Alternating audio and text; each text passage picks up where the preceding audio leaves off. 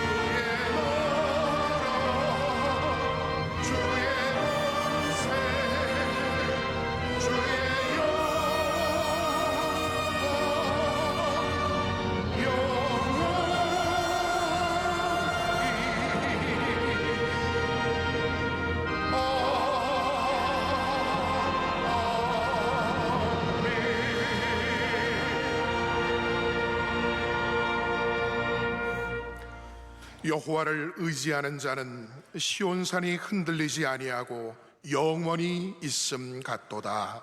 아멘.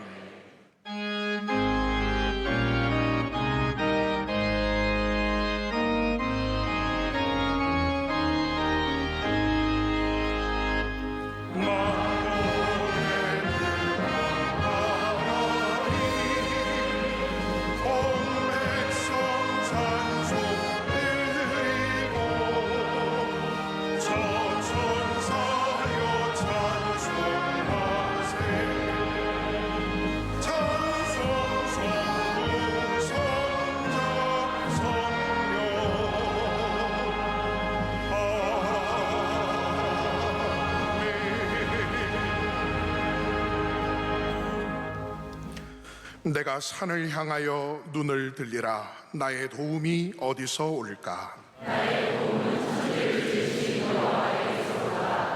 여호와께서 너를 실족하지 아니하게 하시며 여호와께서 너를 지켜 모든 환난을 면하게 하시며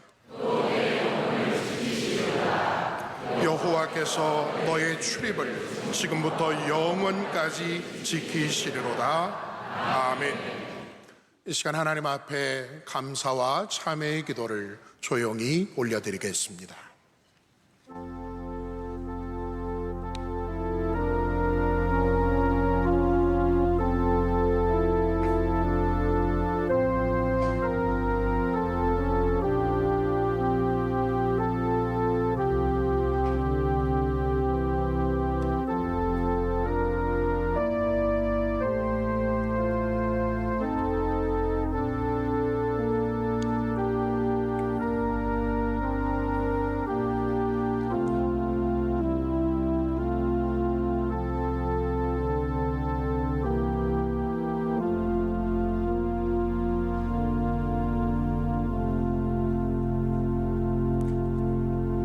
전능하사 천지를 만드신 하나님 아버지를 내가 믿사오며 그 외아들 우리 주 예수 그리스도를 믿사오니 이는 성령으로 잉태하사 동정녀 마리아에게 나시고 본디오 빌라도에게 고난을 받으사 십자가에 못 박혀 죽으시고 장사한 지 사흘 만에 죽은 자 가운데서 다시 살아나시며 하늘에 오르사 전능하신 하나님 우편에 앉아 계시다가 저리로서 산자와 죽은 자를 심판하러 오시리라. 성령을 믿사오며 거룩한 공회와 성도가 서로 교통하는 것과 죄를 사하여 주시는 것과 몸이 다시 사는 것과 영원히 사는 것을 믿사옵나이다. 아멘.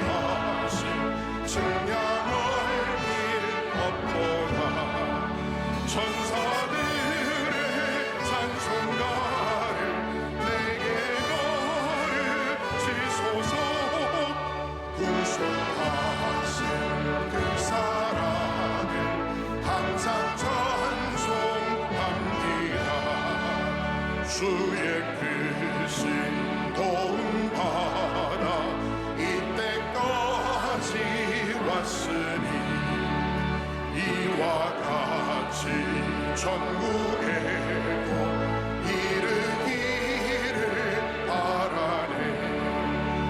하나님의 품을 떠나 죄에 빠진 우리를 예수 구원하시려고 보혈을 주셨네. 주의 귀한 은혜 받고 일생 믿진 자되네. 주의 은혜 사슬 회사 나를 주께 내셔서 우리 마음 연약하여 범죄하기 쉬우니 하나님이 받으시고 천국 이를 지소서.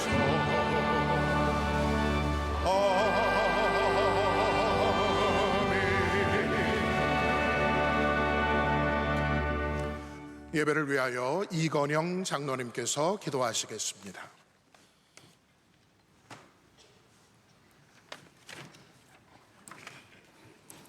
내가 항상 주와 함께하니 주께서 내 오른손을 붙드셨나이다.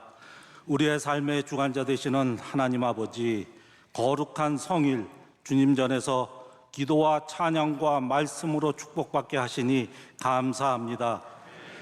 부족하고 연약한 믿음과 교만과 불순종한 죄와 허물을 고백합니다. 주님의 십자가 보혈로 정결케 하여 주시옵소서. 대통령과 위정자가 주님을 경외하고 헌신과 신뢰로 백성을 섬기며 공의와 정의로 안정된 국정을 수행케 하여 주시옵소서. 대한민국의 자유민주주의 수호를 위해 희생하신 순국선열과 국군 장병을 기억하여 주시고 이 땅과 지구촌의 평화가 깃들게 하여 주시옵소서. 굳건한 반석에 세워주신 시온성과 같은 명성교회, 새벽재단에 은혜의 강물이 흐르고 복음에 충실하여 선교의 사명 감당하며 믿음의 대가 이어지는 복된 교회 되게 하여 주시옵소서. 기름 부어 세워주신 담임 목사님, 성령의 권능으로 말씀의 능력이 임하게 하시고 이 시대를 선도하고 미래를 지향하는 귀한 목자 삼아 주시옵소서. 사랑하고 존경하는 원로 목사님, 눈물의 기도와 헌신으로 소외된 이웃과 교회를 회복하게 하시고 민족 복음화를 위한 군 선교 사역에 귀한 열매 맺게 하여 주시옵소서. 선교 여정에도 주님 늘 동행하시어 안보하여 주시옵소서. 내주하시는 사모님 건강과 자녀 손들도 축복하여 주시옵소서. 창립 기념주일과 선교사 대회를 기쁨과 은혜를 사모하는 마음으로 준비하게 하여 주시고 주님께는 영광을, 우리에겐 축복이 되며 선교사님께 위로와 쉼을 통하여 도약할 영적 힘을 주시옵소서. 환우와 군 복무자, 유학생들 약할 때 강함 주시어 치유케 하여 주시고 담대한 믿음으로 고난을 극복하는 은혜를 주시옵소서. 오늘 주시는 하나님의 말씀을 경청하고 순종하여 주님을 더욱 사랑하고 선한 일에 부하고 낮고 겸손한 자세로 경건한 삶 살아가게 도와 주시옵소서.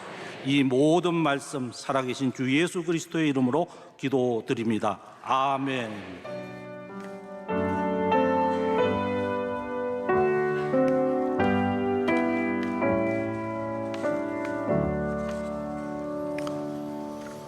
오늘 우리에게 주시는 하나님의 말씀은 신약성경 베드로전서 5장 7절로 11절 말씀입니다. 신약 382면에 있는 베드로전서 5장 7절로 11절입니다. 이 말씀을 조문교 김선혜 집사님께서 봉독해 주시겠습니다. 너희 염려를 다 주께 맡기라. 이는 그가 너희를 돌보심이라. 근신하라, 깨어라. 너희 대적 마귀가 우는 사자같이 두루다니며 삼킬 자를 찾나니 너희는 믿음을 굳건하게 하여 그를 대적하라. 이는 세상에 있는 너희 형제들도 동일한 고난을 당하는 줄을 알미라. 모든 은혜의 하나님 곧 그리스도 안에서 너희를 부르사 자기의 영원한 영광에 들어가게 하신 이가 잠깐 고난을 당한 너희를 친히 온전하게 하시며 굳건하게 하시며 강하게 하시며 터를 견고하게 하시리라. 권능이 세세 무궁하도록 그에게 있을지어다. 아멘. 담임 목사님께서 교회 소식을 전해주시겠습니다. 네, 오늘 이렇게 복되고 좋은 날 성전에 찾아오신 모든 성도 여러분들 환영하고 축복합니다.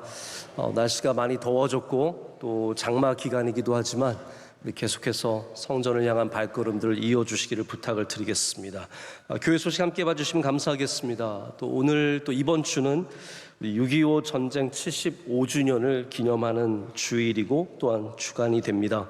여러분께서 정말 황폐했던 이 땅을 기억하시면서 다시는 전쟁의 아픔과 슬픔이 이 나라를 덮지 않도록, 전쟁이 없도록 평화를 위해서 기도해 주시고 또 이 나라를 위해서 희생하고 수고하신 우리 순국 선열들과 또 유가족들, 국군 장병들을 위해서도 항상 기도해 주시기를 부탁드리겠습니다.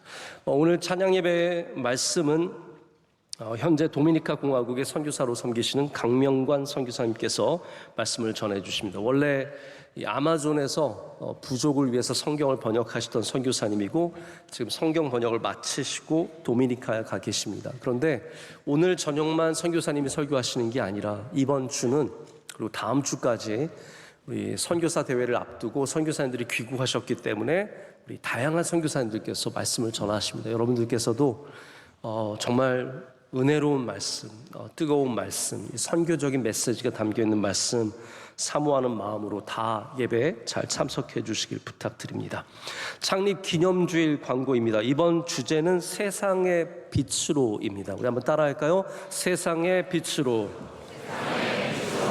기억하시고 우리 빛과 소금의 역할을 감당하는 교회 되기를 원하는데요. 이번에 낮 예배, 저녁 예배 또 우리 주일을 앞두고는 선교 새벽 기도회 그리고 또 집중 기도실과 또 다양한 우리 프로그램과 순서들이 있습니다. 여러분께서 다 기억하시고 열심히 또 참여해 주시길 부탁드리고 우리 함께 또 선교사 대회를 준비하고 있습니다. 우리 많은 선교사님들 모시고 가족들과 함께 우리 교회 안에서 일주일 동안 선교사 대회를 합니다.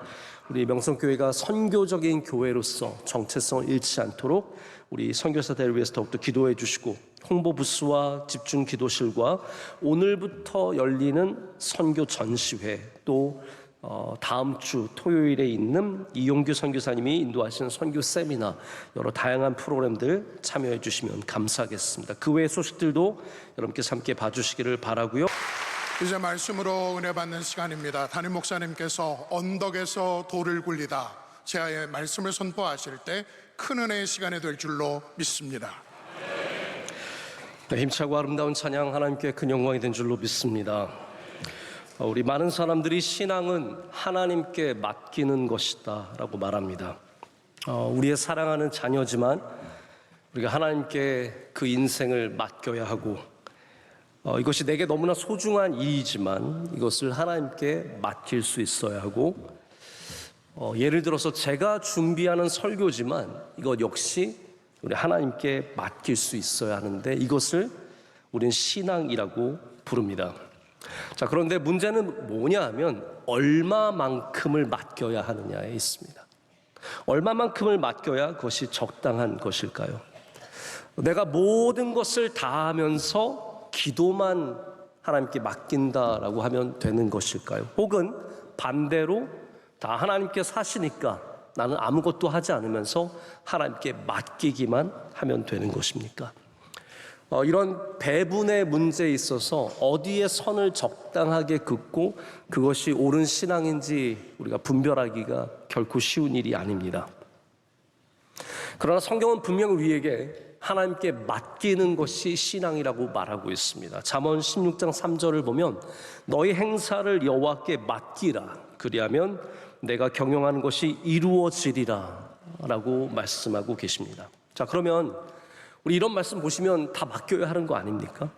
자, 근데 또 성경은 전혀 반대의 이야기도 합니다. 우리에게 충성하라라고 말하면서 우리가 충성된 종으로서 열심히 땀을 흘리며 눈물을 흘리며 일할 것을 또한 요구합니다. 자, 그렇기 때문에 우리가 맡긴다라고 했을 때는 성경의 이런 본문들만 봐서도 어떤 배분의 문제가 아니다라는 것을 알 수 있습니다. 내가 얼마만큼 하고 얼마만큼은 하나님이 하고, 자, 하나님 제가 여기까지 했으니까 이 다음부터는 아시죠? 혹은 하나님 저 아무것도 할 수 없는데 알아서 해주시는 거 아시죠? 이게 신앙의 모습이 아니라는 거죠. 저는 여기 맡긴다는 것에 분명히 하나님께서 의도하신 뜻이 있을 거라고 생각을 합니다. 자, 오늘 본문 말씀은 우리가 잘 아는 베드로의 편지입니다. 베드로가 지금으로 말하자면 튀리키예라고 하는 국가의 동남쪽에 있는 지역들, 그리고 더 나아가서는 넓은 지역에 머물고 있는 수많은 교회들과 그 교회의 다양한 교인들에게 이 편지를 보내고 있습니다. 바울의 편지 같은 경우에는 특정한 교회에게 보내는 편지들이 있었습니다. 예를 들어서 우리가 고린도 전후서를 보면은 이 교회는 정말 고린도 교회 사람들을 위해서 보낸 편지구나를 느낄 수 있습니다. 그런데 베드로 전서 후서 같은 경우에는 특정한 교회가 아니라 여러 가지 고난과 아픔과, 그러니까 다시 말해서 우리 현실적인 삶을 살아가는 모든 사람들에게 주는 편지라는 것을 느낄 수 있습니다. 근데 특별히 이 편지를 베드로가 썼다는 것이죠. 특별하다는 것이 다 좋은 것은 아닌데 베드로는 정말로 특별한 사역자였습니다. 그는 예수님의 수제자였고, 그리고 완전히 실패한 곳에서 다시 돌아온 사람이었고, 그리고 초대교회에서 가장 존경받는 지도자였습니다. 그리고 우리나라 사람들 원조 좋아하잖아요. 원조. 그래서 우리 식당 거리 가보면 원조 식당이 한 5개쯤 있어요. 다 원조래요. 부대찌개 어디 의정부 이런 데 가면은 원조집이 골목만 돌면 다 원조집입니다. 자, 그러면 교회의 원조는 누구일까요? 베드로예요. 베드로가 예수님께 주는 그리스도시요 살아계신 하나님의 아들이시다라고 고백했을 때 예수님께서 내가 이 반석 위에, 페이터라는 이름이 반석 아닙니까?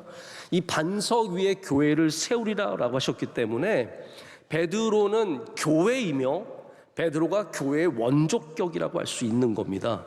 교회의 반석이 그러면 무엇이겠습니까? 예수를 나의 구주로 고백하는 것. 이게 베드로의 상징성입니다. 그러니까 베드로가 편지를 보냈을 때 이 편지가 갖고 있는 의미가 이 초대교회 교인들에게 상당히 컸을 거라고 생각을 합니다. 그런데 베드로는 이렇게 중요한 지도자였지만 결코 강압적이거나 혹은 폭력적이거나 혹은 우리의 삶을 떠난 그런 가르침을 주지 않았습니다. 베드로는 아주 낮은 자세로 우리 가까이 다가와서 바로 우리 얼굴 앞에서 권면하고 축복하고 위로하고 지혜의 말씀을 오늘 우리에게 주고 있습니다. 특별히 오늘 본문 말씀이 담겨있는 이 베드로전서의 마지막 장에서는 베드로가 이 편지를 받는 많은 교회 구성원들에게 어떠한 자세로 섬겨야 하는지를 지혜롭게 가르치고 있습니다. 그러면서 5장의 초반부에서는 지도자들에게 얘기를 합니다. 너희 장로들아, 너희 교회를 끌고 나가고 섬기고 있는 장로들아, 너희는 억지로 사람들을 섬기지 말고, 왜냐하면 우리가 짐을 지다 보면 억지로 짐을 질 때가 많습니다. 그러니까 억지로 지지 말고 기꺼이 섬기는 자세를 가지라고 말합니다. 또한 무엇인가를 누군가에게 강요하기보다 먼저 본을 보이라 라고 하는 아주 귀한 말씀을 전합니다. 또 따라야 하는 사람들이 있습니다. 이 팔로우십이 리더십만큼 중요한 거 아닙니까? 따라야 하는 젊은 사람들에게는 그냥 억지로 따라가지 말고 겸손과 순종으로 따라가라라고 말하면서 하나님을 바라보라고 얘기합니다. 왜냐하면 사람 보면 자꾸 시험 드니까 하나님 바라보면서 따라가라는 거죠. 근데 여기서 끝나는 게 아니라 오늘 본문의 시작에는 우리에게 뭐라고 말하냐면 너희 모든 염려를 주께 맡기라 라고 말하고 있습니다.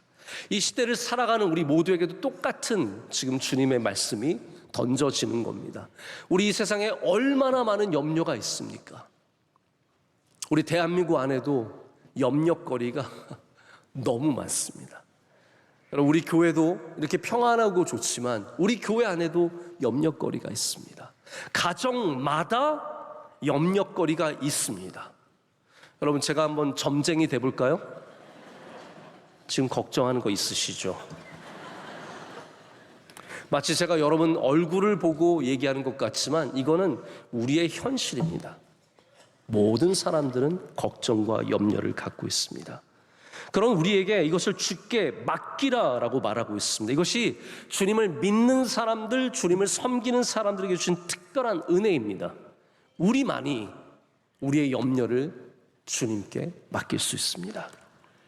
그것은 어떠한 교회의 특별한 직분을 맡고 있는 사람만이 아니라 또 팔로워로서 진실되게 순종하며 겸손한 사람들에게만 주는 말이 아니라 우리 모두가 이 염려를 주님께 맡겨야 합니다.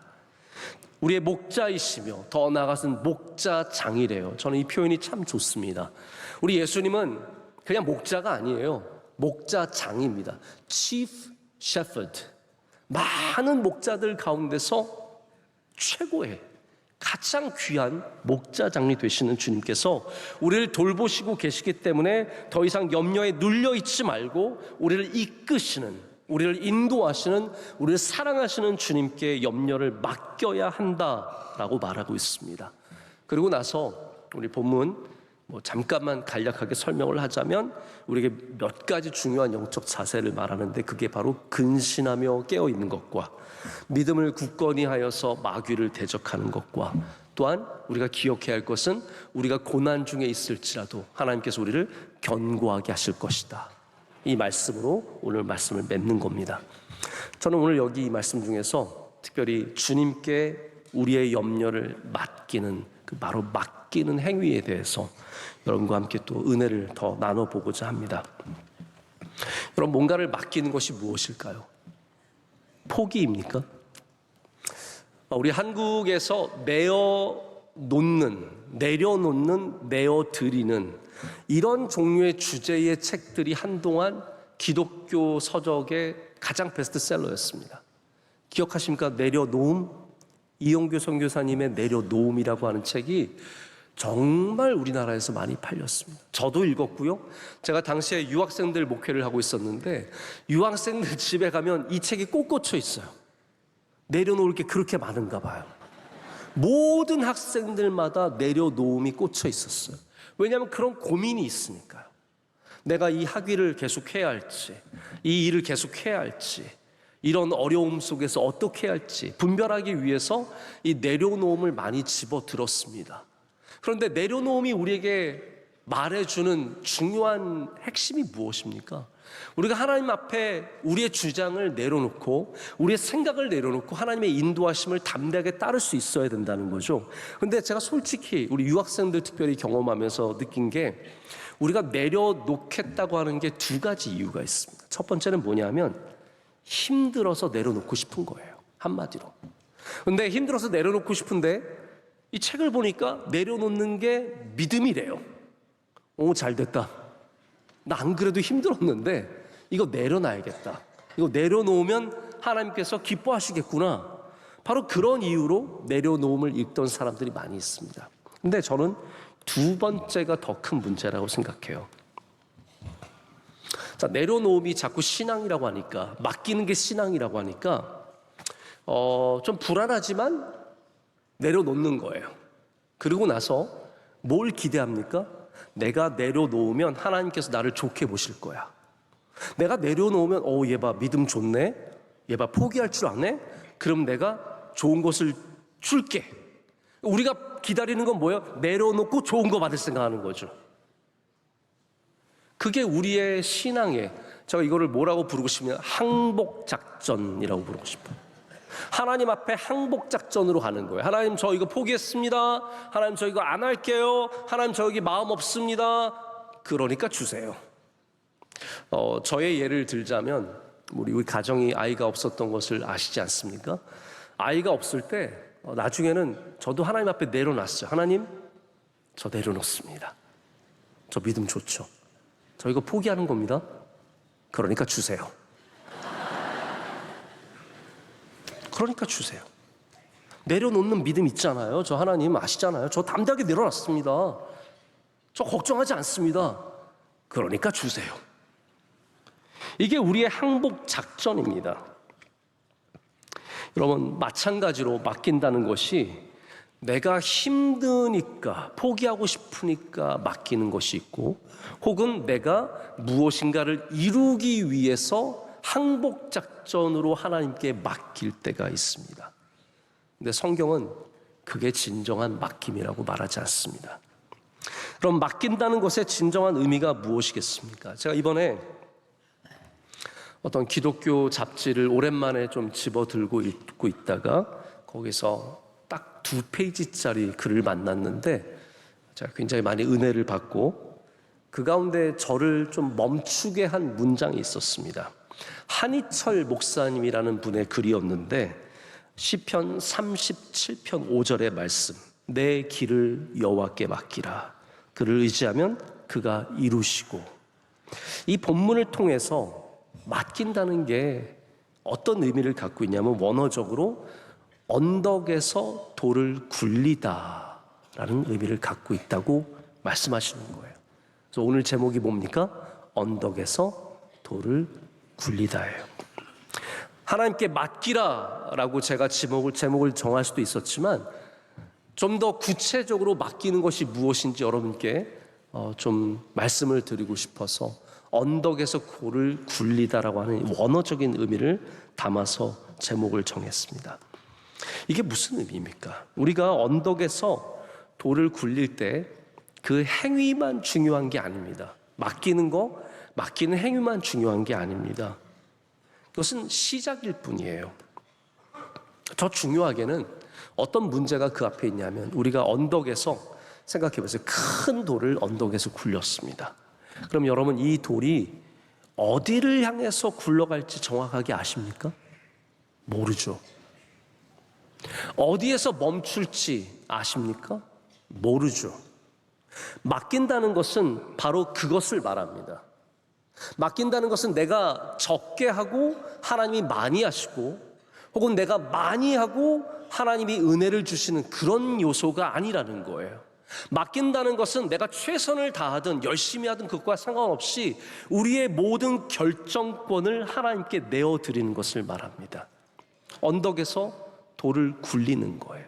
그리고 나서 이 돌이 어디에서 멈출지, 어디로 갈지의 최종 결정권을 하나님께 돌리는 것, 그것이 바로 진정한 맡김이다라는 말입니다. 우리 성경에서 맡기는 것의 최상위 버전이 저는 순종이라고 생각합니다. 진짜로 맡기는 삶이 뭐냐? 순종하는 삶이죠. 순종은 마치 언덕에서 돌을 굴리는 것과 같아서 그것이 가는 방향을 우리는 알지 못하지만 그것을 주권을 갖고 계신 하나님을 믿기 때문에 우리는 순종하는 겁니다. 여러분, 순종이 더 좋은 결과가 있기 때문에 하는 것입니까? 아닙니다. 순종은 이거 하면 내가 더 복을 받을 거야, 그 이유 때문에 하는 게 아닙니다. 순종한 다음에 더 고생할 수도 있고 더 안 될 수도 있고 더 힘들 수도 있어요. 그러나 그 결과를 하나님께 맡기고 하는 것이 순종입니다. 그래서 아브라함의 예를 들어보면 하나님께서 아브라함에게 너 이삭 바쳐라 라고 했을 때 아브라함이 아들과 함께 모리아산을 향해서 짐을 짊어지고 갑니다. 한참을 걸어갑니다. 그 마음속에, 아브라함의 마음속에 내가 아들을 바치면 하나님께서 순양을 미리 준비해서 은혜를 주실 거야, 이런 계획이 있었을까요? 아닙니다. 혹은 내가 이 아들을 바치면 하나님께서 더 좋은 것으로, 더 많은 아이들로 나를 채워주실 거야, 이런 생각이 있었을까? 아니라는 거예요. 아브라함의 순종의 아름다움은 뭐냐 하면 언덕에서 돌을 굴렸다는 겁니다. 나는 돌을 굴린 거예요. 그리고 이 이유는 하나님께서 주권을 갖고 계시는 겁니다. 우린 종종 아이들을 하나님께 맡긴다라고 말합니다. 여러분, 아이들 하나님께 맡기셨습니까? 근데 왜 불안하시죠? 우리 아이들 하나님께 맡긴 것 같은데 왜 이렇게 불안하죠? 우리의 일을 하나님께 맡긴다고 하는데, 사업하시는 분들, 여기 큰 사업하시는 분들도 계시고 여러 가지 사업을 하시는 분들 많이 계시는데, 여러분 하시면서 하나님께 맡겨야 하잖아요. 아멘이 절대로 안 나오죠. 네. 왜 이렇게 의심이 많으세요? 하나님께 맡겨야 하죠. 자, 그런데 우리가 불안하잖아요. 여러분, 맡긴다는 것이 내가 내 아이들을 케어하지 않겠다, 얘네들 이제 방목하겠다는 뜻이 아니에요. 여전히 여러분이 돌보셔야 하고, 사랑해 주셔야 하고, 좋은 교육을 제공해 주셔야 하고, 예배실로 인도하시는 그러한 모습들이 있어야 합니다. 사업하시는 분들은 사업을 위해서 밤도 새울 줄 알고, 눈물도 흘릴 줄 알고, 땀도 흘릴 줄 알아야 합니다. 하지만 이 아이가 어디를 향해서 가는지 그걸 하나님께 맡기는 거예요. 이 아이의 삶을 하나님께 드리는 겁니다. 이 사업의 흥망성쇠가 어떻게 될지 하나님께 맡기는 겁니다. 우리가 거기에 대해서 전혀 통제할 수 없기 때문입니다. 여러분, 어떤 사람들은 아이들을 그렇게 사랑하는데 아이들이 이상한 길로 나갑니다. 어떤 분들은 아이들 아무것도 해준 게 없는데 지가 알아서 서울대 들어가고 막 유학 가서 하버드 나오고 막 의사가 돼요. 이런 집들은 미워 죽겠죠. 말도 안 되잖아요. 여러분, 우리가 해야 할 것은 얼마만큼 우리가 통제하는 것이 아니라 우리의 모든 것을 하나님께 내어드리는 것에 있습니다. 그리고 우리가 하나님께 완전히 내어드릴 때 진정한 자유함과 기쁨이 있습니다. 우리가 주님께 맡긴다고 한다는 것에는 전제가 있습니다. 여기 컨디션이 있는데 그게 뭐냐면, 내가 나보다 절대적으로 훌륭한 분에게 나의 것을 내어드린다는 것이에요. 이게 중요합니다. 나보다 부족한 사람한테 맡기는 게 아니에요. 나의 삶을, 나의 아이들의 삶을 나보다 훨씬 뛰어나신, 나를 돌보시는 주님께 맡기는 거죠. 그래서 여러분, 경험해 보시면 아시겠지만 나보다 훌륭한 사람들한테 맡길 때 자유함이 있습니다. 저는 우리 명성교회에서 이제 가끔 일이 생기면 해외도 가기도 하고 국내 지방도 가기도 합니다. 그럴 때 대부분 원로 목사님이 여기 계시면 원로 목사님께 강단을 맡겨드리고 갑니다. 원로 목사님께 강단을 맡겨드리고 갈 때는 저 안에 자유함이 있습니다. 왜냐하면 나보다 훌륭하신 분이 강단을 맡으셨기 때문에 제가 걱정할 게 없어요. 무슨 설교를 하실지, 무슨 말씀을 하실지 전혀 생각할 필요도 없습니다. 저는 그래서 교회를 떠나는 순간부터 자유합니다. 얼마나 마음이 편한지 모릅니다. 딱 하나 걸리는 게 있다면 설교를 길게 하실까 짧게, 요것만 걸리지 그 외의 모든 것은 자유합니다.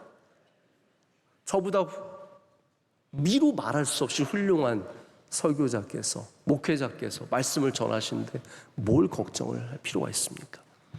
저는 그래서 오히려 해외 나와 있을 때 정말 머리가 편합니다. 뭘 걱정을 하지 않고 생각을 하지 않고 제가 그냥 해야 될 일만 하면 되기 때문에. 근데 제가 예전에 원로 목사님 뵌 기억을 생각하자면, 원로 목사님 해외 나가실 때 늘 매일 아침 교회에 전화하셔서 다 꼼꼼히 물으셨어요. 믿을 사람이 없어요. 걱정이 되시니까 항상 돌봐야 되는 거예요. 여러분, 그 차이를 느끼십니까?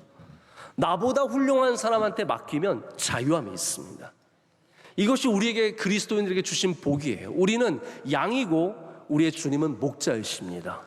목자이신 주님께 맡기기 때문에 우린 자유한 거예요. 여기에 대해서 걱정할 필요가 없습니다. 제가 2년 전에 저희 목사님 몇 분들과 함께 아프리카 선교를 간 적이 있습니다. 그때 에티오피아와 콩고와 남아프리카 공화국까지 3개국을 왔다 갔다 하면서 긴 여정을 가졌는데, 저희가 남아프리카 공화국에 갔을 때 이제 렌트카를 해서 운전을 하는데 저희를 인도해 주신 목사님, 제가 볼 때는 그 목사님 뭐 젊은 사람이고 미국에서 공부도 오래 했고 우리 지난주에 설교하셨던 이시영 목사님 기억하실지 모르겠는데 딱 봐도 운전 잘하게 생겼잖아요. 근데 운전을 시켰는데 너무 무섭게 하는 거예요. 막 이 설 때마다 제 다리에 힘이 들어가는 거예요. 제가 브레이크를 밟고 있어요. 운전을 안 하는데 브레이크를 밟고 있고 막 다들 저랑 같이 있는 목사님 다 두려움에 떨고 있는 거예요. 근데 차마 목사님한테 운전을 하지 말라고 말을 못 하는 거예요. 그런 거 있잖아요. 당신 운전 못하니까 내려와라. 이 말을 어떻게 합니까? 제가 총대를 맸어요. 그래서 목사님 피곤하죠? 제가 운전할게요. 저는 운전을 안전하게 합니다. 잘한다고 표현하고 싶진 않고 안전하게 합니다. 제가 운전대를 잡으니까 우리 목사님들이 뒤에 앉은 목사님들이 평안해졌어. 잠이 들었어. 평안히 계속 잠자는 거예요. 여러분, 우리의 운전대를 주님께 맡기는 것, 이게 얼마나 중요한 믿음인지 모릅니다. 제가 한 가지만 또 예를 들자면 도선사라고 하는 직업이 있습니다. 아주 드문 직업이죠. 근데 우리나라에서 프로페션 중에서, 그러니까 전문적인 직업 중에서 가장 연봉이 높은 직업이 도선사입니다. 근데 우리 교회 집사님 한 분이 도선사세요. 인천항에서 도선사를 하셨어요. 지금도 하고 계신지 모르겠는데 이 도선사가 하는 일이 뭐냐 하면 거대한 배가 들어올 때 뭐 이루 말할 수 없는 빌딩보다 큰 유조선, 화물선, 크루즈, 다양한 선박들이 인천항으로 들어올 때 도선사는 그 배를 책임지고 정박시키는 일을 합니다. 근데 이게 아무것도 아닌 일인 것 같지만 그 항구를 정확하게 알고 있어야 돼요. 어디가 위험한 지역이고 어디가 얕아서 가면 안 되고 물살이 어떻게 흐르고. 그래서 세상 없는 베테랑 선장이 태평양을 건너서 며칠을 건너서 여기 왔지만 여기에 오면 그 운전대를 도선사에게 맡겨야 돼요. 그러면 도선사가 그 거대한 배를 이끌고 정박을 안전하게 시켜줍니다. 여러분이 인생에 무엇을 알고 경험을 많이 했고 나를 아는 사람들이 많고 내가 해본 게 많을지라도 여러분, 우리의 삶을 안전하게 이끌기 위해서는 반드시 우리 주님께 맡길 줄 알아야 합니다. 그래서 여러분, 맡기면 주님의 능력을 경험하게 됩니다. 아, 주님이 이러한 능력이 계시구나, 주님께서 이러한 일을 하시는구나 경험을 하게 됩니다. 그래서 우리는 돌을 언덕 아래로 굴릴 때 두려워하지 않습니다. 나보다 뛰어나신 주님께서 그 일을 맡고 계시기 때문에 헤아릴 수 없는 주님의 지혜와 능력으로 그 일을 감당하실 줄로 믿습니다. 제가 아까 순종의 말씀을 드렸다면 또 다른 완전한 맡김은 항복이라고 부릅니다. 여러분, 항복해 보신 적 있으십니까? 신앙은 하나님 앞에 항복하는 일입니다. 우리 주님을 만나는 사람들은 다 인생의 밑바닥에서 주님께 항복해 본 적이 있습니다. 아직까지 항복하지 않고 신앙생활 하시는 분들은 여전히 그 항복의 신앙의 경험이 필요한 분들입니다. 근데 저는 개인적으로 항복하는 걸 참 싫어하는 사람입니다. 어렸을 때도 저희 아버지가 때로는 저희 훈육하신다고 회초리를 때리셨어요. 저희 때만 해도 그렇게 맞고 컸습니다. 그렇지 않으세요? 다 안 맞으셨어요? 네, 이상하네요. 그러면 저희 아버지에게 문제가 있었던 걸로. 근데 저희가 이제 혼날 일이 있어서 혼이 나게 되면 주로 이제 저희 누나는 제외를 시킵니다. 누나는 여자니까, 누나는 또 착하니까 저희 남동생과 제가 이제 맡게 되는데, 제 남동생은 굉장히 순하고 착한 애였어요. 그래서 아버지가 이렇게 회초리를 때리려고 딱 대면 잘못했습니다 그랬어요. 회초리를 여러분 바로 안 때립니다. 어디 때려야 하는지 알기 때문에 이렇게 한번 댔다가 그리고 뗐다가 때리는 거예요. 아시죠? 그럼 댈 때 저희 동생은 잘못했습니다. 그럼 뭐 한 대 많이 맞아봤자 한두 대 맞고 끝나는 거예요. 저는 그러나 죽어도 잘못했단 말을 안 해요.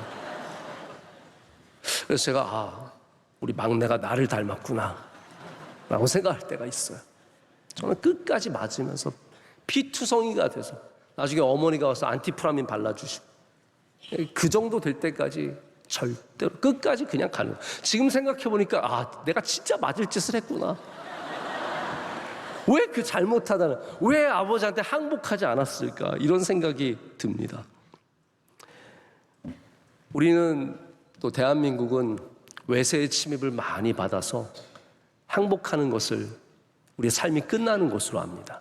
우리 항복하면 나라가 없어지고 내가 없어지고 우리가 끝나는 줄 알죠. 항복은 패배라고 생각합니다. 남자가 흰 수건을 흔들면서 항복하는 것은 그거는 절대로 안 된다고 생각합니다. 여러분, 우리 신앙생활 할 때는 마음을 좀 바꿔야 합니다. 예수님 앞에서는 가장 아름다운 게 항복입니다. 우리를 내어드리는 것. 찬양 중에 여러분 주께 드리네라는 찬양 아세요? 주께 드리네, 주께 드리네. 근데 그 찬양을 헌금할 때 부를 때가 많아요. 그거 헌금 찬양 아닙니다. 그 찬양의 영어 가사는 뭐냐면 I surrender all이에요. I surrender all. 내가 갖고 있는 거 다 하나님 앞에 항복합니다 라는 뜻이에요. 내어드립니다, 맡깁니다 라는 뜻입니다. 제가 오늘 말씀 준비하면서 여러 가지 좀 자료들을 찾다가 아주 흥미로운 책을 하나 발견했어요. 역시 학자들은 우리가 보지 못하는 부분들을 좀 보는 것 같아요. 제목이 뭐냐면 전쟁은 어떻게 끝나는가, How Fight Ends 라고 해서 History of Surrender, 항복의 역사라는 제목의 책입니다.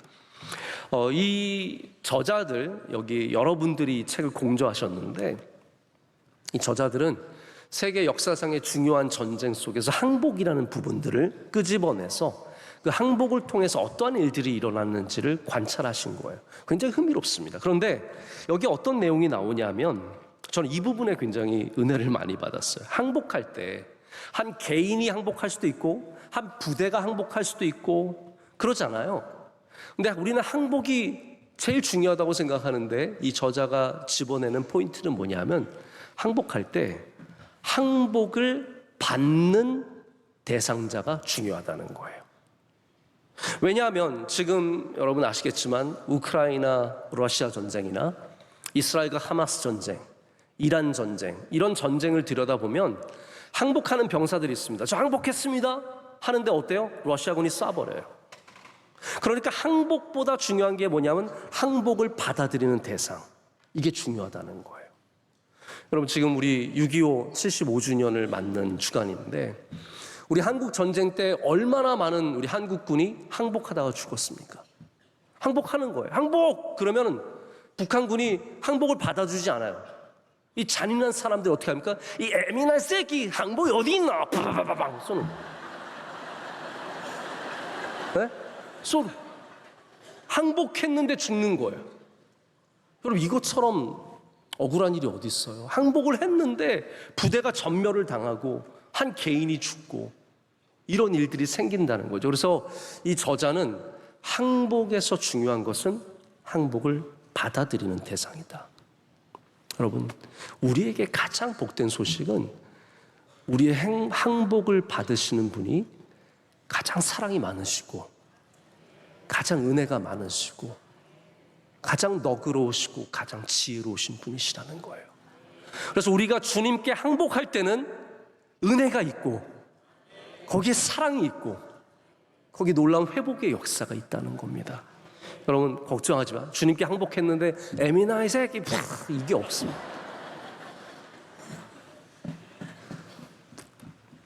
여기 주님의 정체성이 나옵니다. 예수님은 우리를 돌보시는 분이시죠.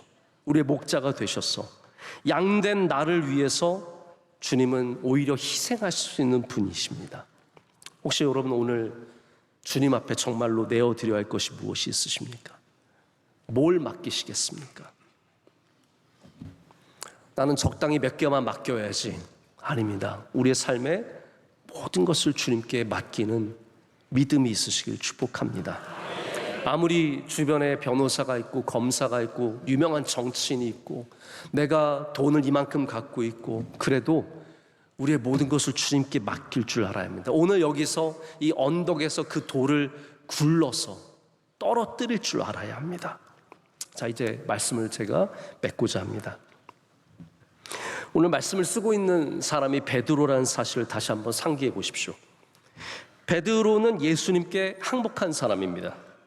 예수님께서 칼로 베드로를 정복하신 것이 아니라 사랑으로 베드로를 정복하셨습니다. 배반한 베드로를 용서하셨고 네가 나를 사랑하느냐 물으셨고 그를 회복케 하셨습니다. 베드로는 갈릴리에서 예수님을 만나고 자기를 내어드리고 순종하는 제자가 되었습니다. 베드로는 지금 모든 교회의 가장 존경받는 지도자가 되었습니다. 그러면서 이제는 내가 높아져서 높아지는 것이 아니라 주님 앞에 낮아질 때 높아진다는 진리를 깨닫게 되었죠. 그가 우리에게 오늘 말해주고 있습니다. 모든 염려를 주께 맡기라. 이는 그가 너희를 돌보십니다. 제가 말씀에 처음에 준비하면서 이 언덕에서 돌을 굴리는 이 모습을 생각하면서 반대의 모습을 좀 생각해 보게 되었습니다. 반대의 모습은 무엇입니까? 아래에서 그 돌을 짊어지고 언덕으로 올라가는 것이죠. 이게 누구입니까? 바로 그리스 신화에 나오는 시시포스라고 하는 인물입니다. 시시포스는 저주를 받은 인물입니다. 제가 간략하게만 말씀을 드리게요. 그 사람은 저주를 받아서 평생에 어떠한 일을 하냐 하면 산에서 돌을 굴러뜨리고 그리고 내려가서 그 돌을 다시 짊어지고 산 꼭대기까지 올라가는 이 반복의 삶을 살아갑니다. 이게 저주라는 거예요. 여러분, 오늘 우리가 이 말씀을 듣고 산에서 이 언덕에서 돌을 떨어뜨려야 하는데 그 다음에 문제는 뭐냐면 그리고 돌아가야 된다는 거예요. 근데 수많은 그리스도인들이 언덕에서 돌을 굴러뜨린 다음에 다시 내려가서 그 돌을 짚습니다. 다시 짊어지고 가는 거예요. 내 아들의 무게, 내 삶의 무게 다시 고스란히 짊어지고 언덕 위로 올라가는 거죠. 오늘 여기 와서 제가 염려를 주님께 맡기십시오 그러면 다 내려놔요. 아, 맞아. 건강도 가정도 다 맡겨야지. 그리고 나갈 때는 어디 있어 그 건강의 문제 다시 가정의 문제 다시 다 짊어지고 또 그 산을 올라가는 거예요. 여러분, 그게 아닙니다. 오늘 주님께 맡기십시오. 언덕에서 그것을 굴려버리십시오. 그럼 우리를 돌보시는 주님께서 우리의 삶을 선하게 이끌어 주십니다. 더 나아가서는 우리의 가정을, 우리의 기업을, 우리의 교회를, 이 나라를 우리 주님께 맡길 때 우리의 목자 되신 주님께서 우리를 돌봐주시고 인도해 주실 줄로 믿습니다. 하나님 아버지 감사합니다. 오늘 주신 말씀을 우리의 가슴에 품습니다. 무거웠던 돌들을 우리 주님 앞에서 언덕 아래로 굴립니다. 주님, 이것이 어디로 갈지, 어디서 멈출지, 어떻게 될지 우리는 알지 못하지만 주님께 모두 맡깁니다. 자유함을 주시고 항복한 사람의 은혜를 누리게 하여 주시옵소서. 예수님의 이름으로 기도드립니다. 아멘. 주신 말씀을 생각하며 찬송가 382장을 부르실 때 새가족 등록과 함께 준비하신 예물을 봉헌하겠습니다.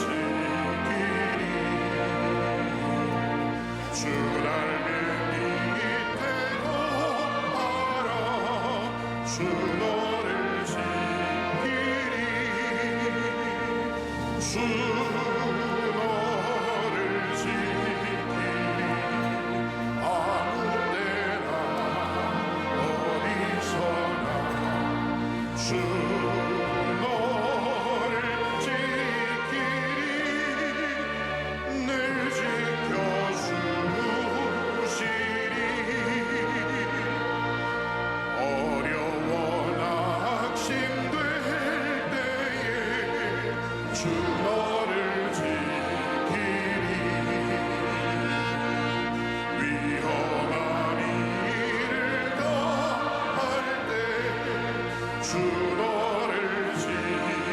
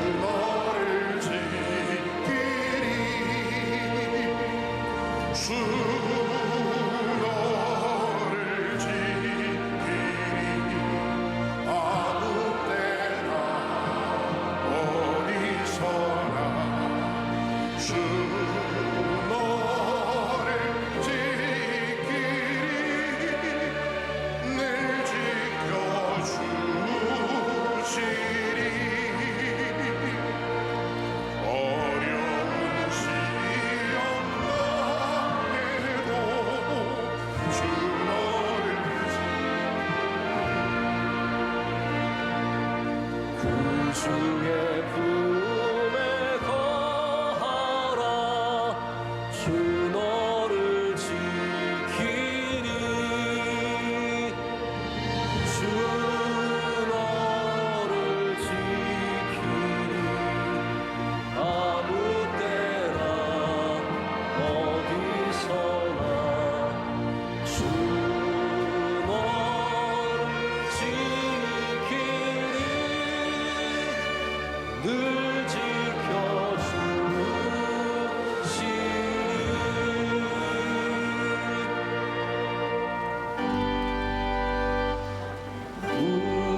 우리에게 향하신 여호와의 인자하심이 크고 크도다.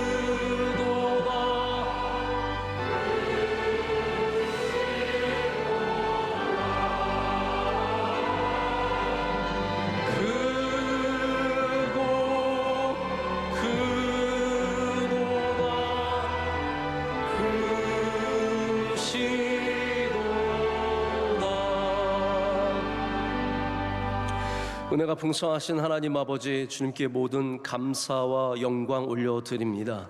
하나님, 주님 전에 나온 모든 성도들에게 그 마음속에 세상이 줄 수 없는 평안과 기쁨과 감사의 은혜를 내려 주시옵소서. 이 시간 정성을 다해서 주님께 예물을 올려드립니다. 드리는 손길들 하나하나 주님께서 친히 잡아주시고 이끌어 주시며 삶 가운데 긍휼을 베풀어 주시옵소서. 예물이 쓰이는 곳마다 주의 뜻이 이루어지게 하셔서 이 땅의 수많은 고통과 환난과 어려움 속에 있는 자들과 아직 주님을 모르는 자들과 또한 주님께서 기뻐하시는 곳에 쓰임받게 하여 주시옵소서. 하나님, 우리 조국 대한민국을 주님께 올려드립니다. 75년 전에 우리 대한민국은 수 없는 생명을 잃었고 건물 하나 제대로 남은 것 없이 모조리 황폐한 나라였습니다. 이 나라를 다시 세워주신 하나님 아버지, 이 땅에 다시는 전쟁의 슬픔이 없도록 우리를 지켜 주시옵소서. 남북의 평화 통일이 속히 이루어지게 하여 주시오며, 하나님, 우리 후손들도 전쟁을 겪지 않도록 주여 은혜 내려 주시옵소서. 나라를 위해 목숨을 잃고 많은 희생한 순국 선녀들을 기억하여 주시오며, 우리 군장병들에게도 한없는 은혜와 위로를 더하여 주시옵소서. 우리 명성교회가 주님 사랑하시는 교회 되기를 원합니다. 다가오는 창립 기념일과 선교사 대회를 잘 감당하게 하여 주시고, 예배가 살아있는 교회, 다음 세대를 세우는 교회, 주님께서 기뻐하시는 선교에 힘쓰며 어려운 이웃을 돕는 귀한 교회가 되게 하여 주시옵소서. 지난 45년 동안 교회를 섬겨오신 수많은 주의 종들 주님께서 다 위로하여 주시고, 먼저 하늘나라에 가 계신 우리 수많은 믿음의 선조들을 기억하며 하나님이 교회를 앞으로도 아름답게 세워가게 하여 주시옵소서. 사랑하신 원로 목사님, 남은 아프리카의 모든 여정을 안전하게 지켜 주시옵소서. 오늘 예배를 섬기는 주의 종들을 주님께 올려드립니다. 기도하신 장로님의 기도를 흠양하여 주시고 한없는 복을 더하시며 성경 뭉득한 믿음의 가정을 친히 이끌어 주시며 선하게 인도하여 주시옵소서. 찬양대의 귀한 찬양을 주님께서 기뻐 받으신 줄로 믿습니다.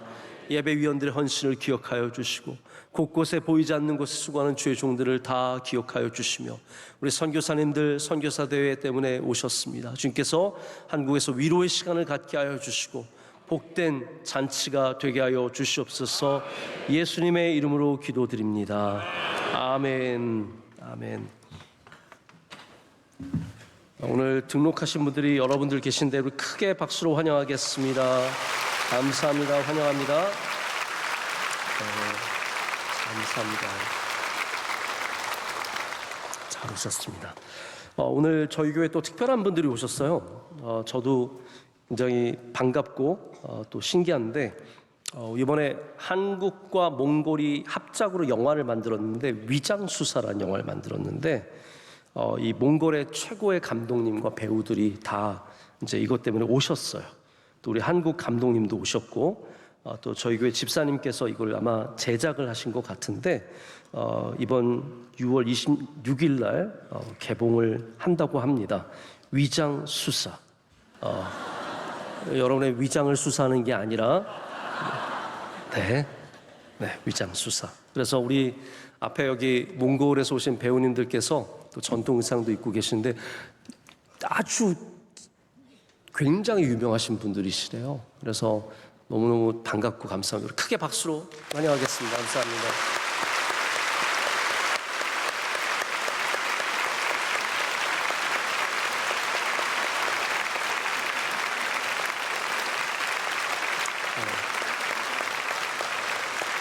그래서 이게 분명히 나중에 기사화 될 거 아니에요. 영화가 잘 돼서. 그럼 여러분이 친구한테 말해줘. 나 봤다? 나 그 진짜 봤다? 이렇게 얘기해 주시면 되는 겁니다.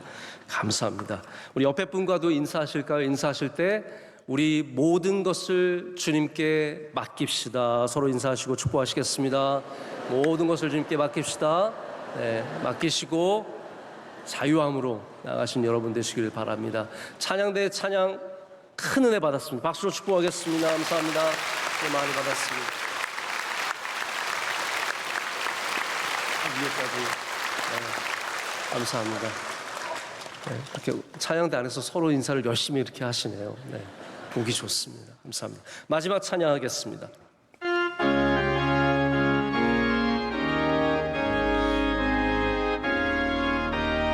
주님 우리를 통해 계획하시니 부족한 입술로 찬양하게 하시니 주님 우리를 통해 계획하시니 너를 통해 하시니 기대해